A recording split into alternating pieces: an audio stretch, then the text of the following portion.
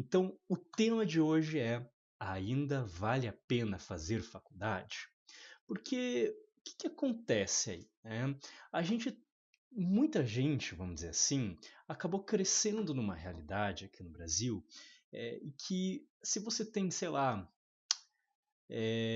já passou dos 15, já está pensando em faculdade, se já está nos 20 e poucos, se já está às vezes até nos 30 anos, né, 30 e pouquinhos, é muito comum que a geração dos nossos pais, eu vou me colocar aqui que eu tenho 29 anos, né, a geração dos nossos pais acabou sendo uma geração que repete muito uma ideia, principalmente se a gente é classe média ou está próximo da classe média, né, um pouco acima, um pouco abaixo no poder aquisitivo familiar.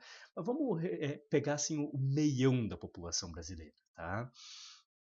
A gente acaba ouvindo muito assim dos nossos pais que, cara, faça faculdade, né? Tem muito essa ideia de fazer faculdade. Então, se você é um jovem que ainda nem terminou o ensino médio, talvez você já tenha ouvido falar que existe, vamos dizer assim, vamos mudar aqui o slide, né? Uma espécie de um caminho correto, né? De o que você tem que fazer no quesito educacional e de profissionalização na sua vida. Se você já está no mundo do trabalho, né, um adulto que está no mundo do trabalho, talvez você já tenha se deparado com essa ideia também, de que se você está querendo ganhar mais dinheiro, ser mais respeitado, ter mais poder de negociação, ter melhores condições de trabalho, existe esse caminho, entre aspas, correto para a gente fazer. E o que é esse caminho correto, né? Que vai ser a chave que vai responder sempre todos os problemas e que muitas vezes a geração dos nossos pais incentiva tanto a gente. O que acontece? Vamos lá. A gente começa aqui e sim, infelizmente a minha imagem vai ficar um pouquinho na frente. Eu vou tentar diminuir ela aqui. Opa! Vamos ver, vamos jogar isso aqui para cá, isso aqui para cá. Vamos lá, isso aqui diminui um pouquinho. Beleza, beleza. Já está um pouquinho melhor aqui. Que acontece? Eu quero que minha imagem fique o mínimo possível na frente. O chat vai atrapalhar um pouquinho ali, mas está tudo bem, tá tudo bem. A gente tem um começo que é a educação formal através do ensino fundamental, né, o fundamental um, 2, e aí você vai para o ensino médio, né, faz o primeiro, segundo, terceiro ano do ensino médio. Se formou no ensino médio, beleza. O que acontece? Você provavelmente já deveria estar pensando que faculdade vai fazer, e no último ano do ensino médio você já tem que ter feito inscrição no vestibular, estudado para o vestibular e conseguido com sucesso entrar em uma faculdade, certo? Então a ideia é que a gente vá para uma faculdade, né, emplaque uma faculdade depois do ensino médio, como muitas pessoas falam. E a ideia seria que isso seria um fluxo natural, que isso seria basicamente uma coisa que está na natureza, é o caminho correto. E aí você terminou a faculdade, muitas vezes a gente adiciona até mais um ponto aqui que vai estar junto com esse caminho correto, que é faça uma pós-graduação, né? Terminou a sua graduação, que para quem não sabe, a gente vai estar chamando como uma espécie de sinônimo de faculdade, né? Terminou a graduação, faz uma pós-graduação. O que é a pós-graduação? São as coisas que você vai fazendo para continuar o teu estudo naquela tua profissão de uma maneira bastante oficial, através de uma especialização, né? Pode ser uma pós-lato sensu, como a gente fala, ou pode ser até uma pós-stricto sensu, um mestrado, um doutorado, um pós-doutorado e assim por diante. Então, esse seria o caminho correto que a gente tem aqui. Se você, por exemplo, perguntar muitas vezes para os seus pais, e você tem essa idade aqui que eu estou falando, né? Tá chegando nos 20, ou tem entre 20 e 30, ou já passou um pouco dos 30, e você tá nesse meião assim da população, de novo, classe média, um pouco para cima, um pouco para baixo, né? Você vira para os seus pais, para os seus cuidadores e pergunta: pai, mãe, você acha que seria uma boa ideia eu fazer uma faculdade?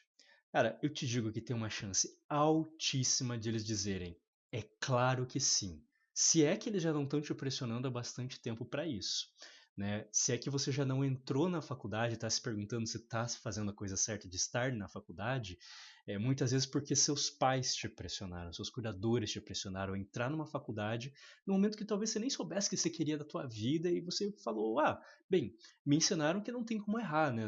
Faculdade é uma coisa assim, né? Conhecimento, educação é uma coisa que ninguém tira de você. Né? Então é sempre um investimento e é sempre válido, não importa o custo, não importa o sacrifício, eu não vou me arrepender de fazer uma faculdade. Então a gente cresce muitas vezes ouvindo isso, de novo, não apenas cresce, mas a gente pode estar continuamente ouvindo isso. Só que aí, né, a gente tem essa pergunta: será que é realmente o caminho correto? Será que é a chave que abre todas as portas? Será que é algo que está sempre assim, com a mesma resposta de independente do que está acontecendo, independente do contexto, é sempre a resposta correta?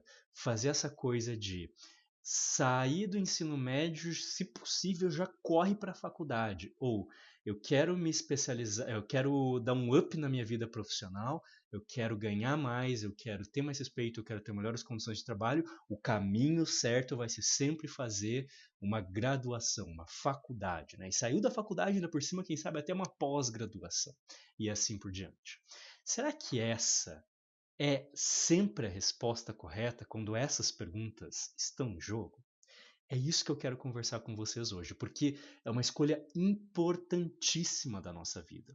Não uma escolha no sentido de que não tem como voltar atrás ou algo assim, mas uma escolha no sentido de que às vezes a gente vai seguindo o fluxo e não se pergunta se aquilo funciona pra gente.